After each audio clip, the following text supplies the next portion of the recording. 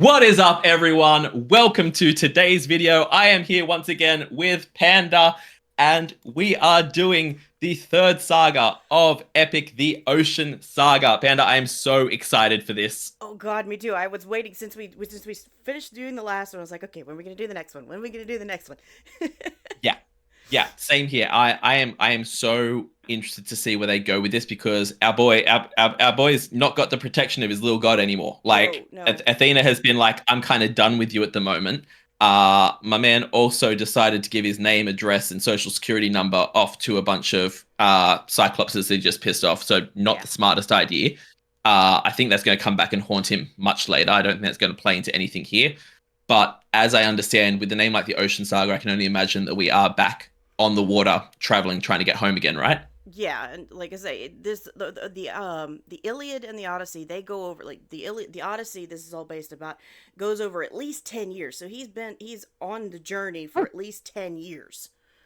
Um Damn. yeah, the Trojan War took 10 years. So he left, Hmm. let's think about it, he left Ithaca and his baby son. 10 Hmm. years later, he's done with the Trojan War. Yeah. 10 years later, he finally gets through whatever all this is. And I'm not going to tell you how, if that turns out okay for him or My not. God. So this, 20 years he's going to be away from home if he makes it home. Yeah. This is And when like things really I go crazy. I might be wrong about stuff here, but the life expectancy back here was way shorter, wasn't it? So like he's basically been gone for around like half his son's life, if not, close to it, you Yeah, would think. if So it's at this point, it's been 10, 12 years yeah, where we yeah. are And by now. the if it's another 10 years on top of that, he's gonna be coming home to a 20 something year old. Yeah. And yeah. Anyway, I'm so curious to see what is gonna happen. The first song in this saga is called Storm. Uh we're going to get into that now. Give me 1 second. I'm just going to check here. The animatic for this one, I do not know how to pronounce that name, but you all can see it on the screen right here. How would you pronounce that, Panda? I'm going to throw you Uh, under this bus. let's see. Ximena. Well, it's either like Natzel. Zemina, like it's like a Z, like xenophile. Ah. Zemina, maybe. Yep, we're going to go with Zamina Natzel. All right. So, yeah, Zamina Natzel has done this animatic. We're going to get into it. I'm super excited. Let's go. This is the first song of the Ocean Saga, Storm. Yeah. Ooh. Got some synth in there now. Is it synth or trumpets? Well, it sounds like a I thought it was like a synthesized or a trumpet with an effect on it. yeah, yeah, and I don't think we've had trumpets so Mm-mm. far, really, have we? It No. doesn't. It's not something that's really clicking in my brain as we've heard that before. It's all been very kind of guitar-y and stuff like that. I'm Stuff you wondering what the could do at trumpets mean. home. Yeah. Yeah.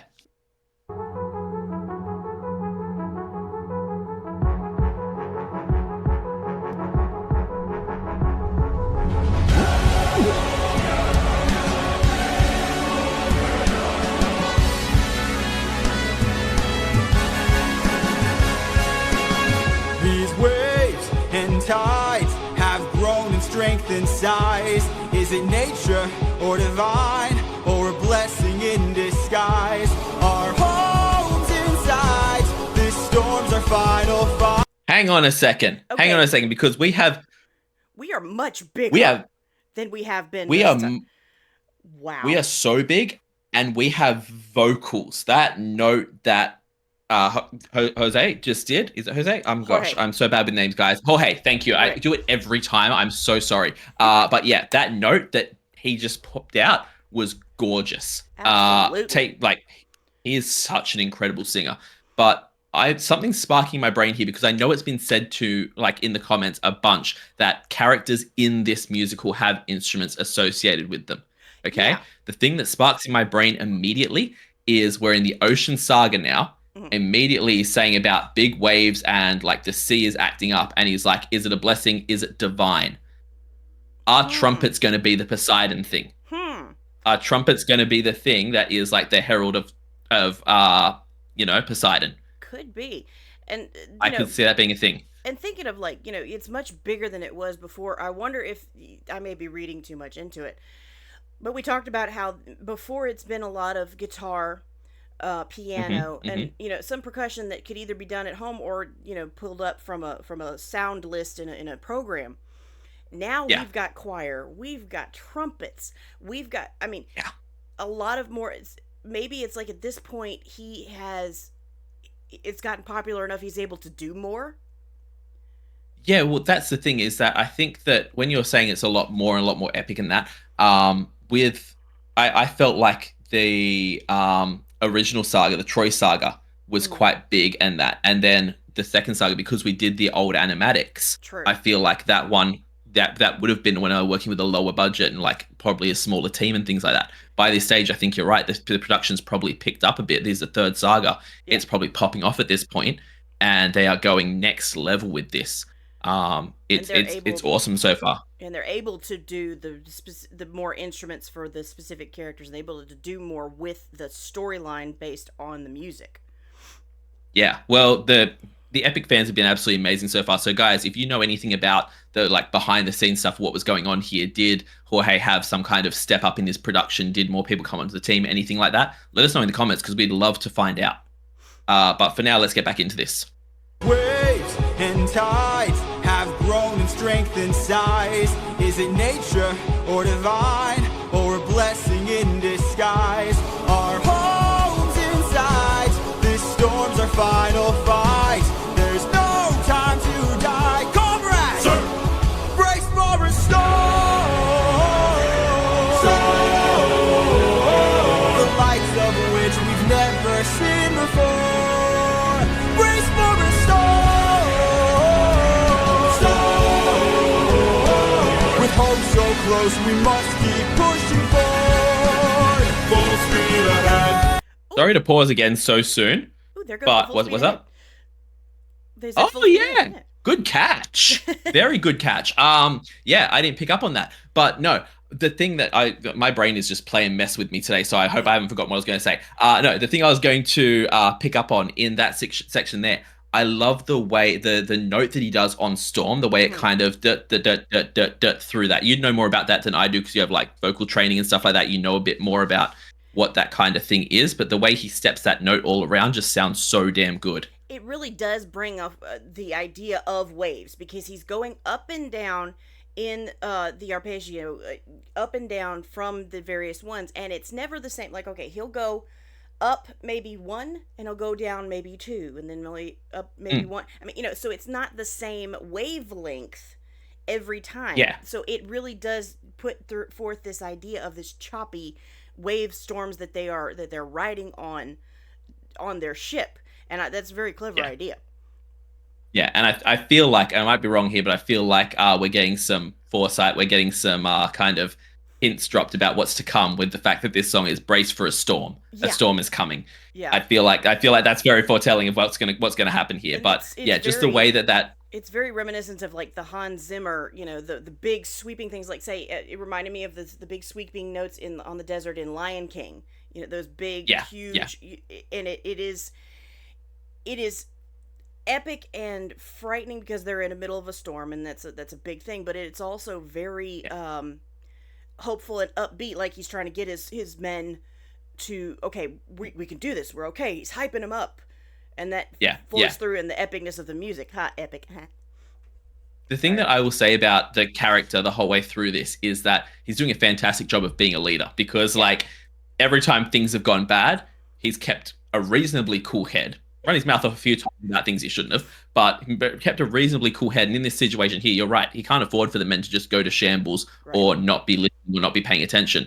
He commands their attention effortlessly. Absolutely. It's a really all right, let's keep going. We must keep pushing forward. Full speed ahead towards the island, but avoid the crashing waves. Tread where the tide is flat, and then you will be safe. Captain, we will capsize with these waves. Our fleet will fail. Have them follow my ship, all ensure that we prevail.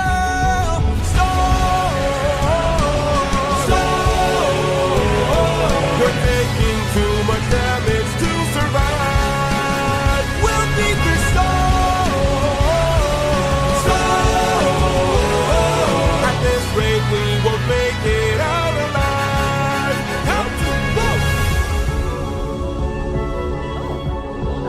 I'm sorry, are we getting Mount Olympus here?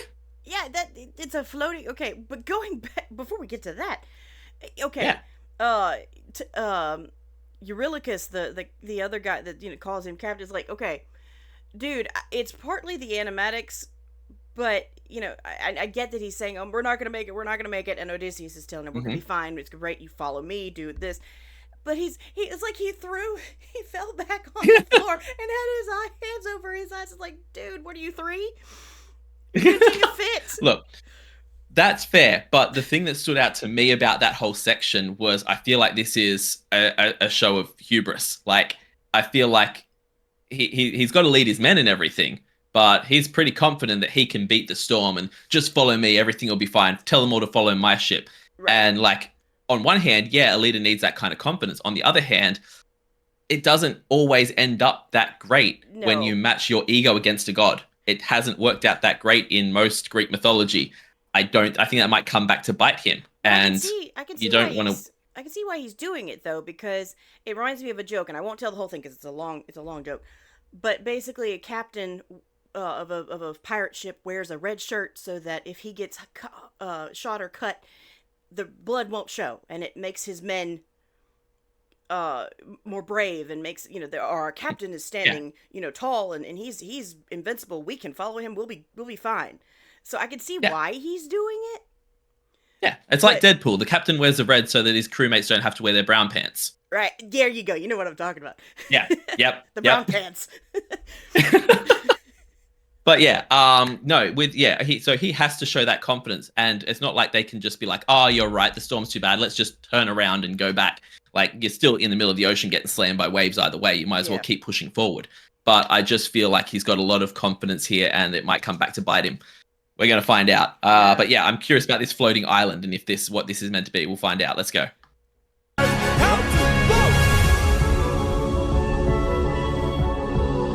Island in the sky. Okay. You really just grab the harpoons, as many as you can find. At the harpoons. What do you have in mind? We're gonna shoot for the sky. What?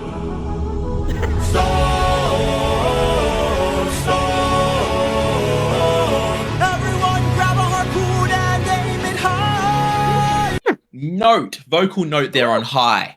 And Was the harmonies stunning. between him and Eurylochus were gorgeous. Yeah, but again, my man sees a magical floating island in the sky and he's going to throw harpoons at it. Again, touted, praised as this wise, clever person doing really stupid things every time. Yeah, exactly. Hopefully this doesn't come back to bite them, but don't go throwing harpoons at my island. Like, Well, you again, heard what I said about 10 years, right? Of course it's going to come back to bite him. Exactly. And that's the thing, is that like he's going to keep making mistakes and learning from them. But yeah, I'm so curious what this floating island in the sky is now. Now that I think about it, saying is it Mount Olympus was so dumb of me, because I just saw like Greekish looking pillars and was like, up in the air, Greekish pillars must be Mount Olympus. There's no mountain there, DJ. You might need a mountain for Mount Olympus. I'm a bit slow tonight, guys. Either way, curious what this floating island is actually going to be, right? Yeah. Oh my god. Yeah, y'all have to forgive us a little bit because it's the middle of the night for him and it is very early in the morning, which hence I have my coffee. So we may be a little bit slow. But we Time zones are super fun. But we do this for you. Mwah. Exactly. So yeah, I want to hear that high note again because that was gorgeous. Everyone grab a harpoon and aim it high.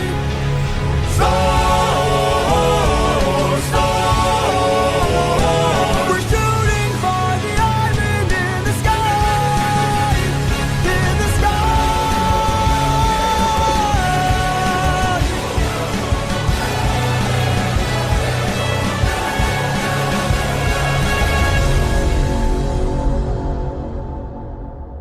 What? Damn, that's where they end it. What? I love, I'm sorry, the ending of that animatic there. The picture that she's drawn. This MF. Just noticed that. Oh my God. Everything. I need to pause it on that. I need to get that up. That. Oh, whoop. No. Clicking the wrong things here. Like, that is just too good. That is just fantastic. That is the thumbnail. Oh my god. Yeah. But damn, I love that he does this with his sagas that there's like not always, but like Hmm. this is the second time now we've had a song where it's like what progressed in the story. We were on the boat. First one, we're on the boat and we need to find food. This one, we're on the boat and we're fighting against a storm. Right. That is the full progression of this song, and it's like it's one of those. It's a cool thing from a storytelling point, in my opinion. It That is. like it's something that if you were going to cut songs out of a musical to try and trim it down, Hmm. yeah, you could cut some of the water travel sections. But at the end of the day, in the Odyssey, he's spending his whole time at sea. We have to be reminding people of that and how much important things Hmm. happen while you're out in the water.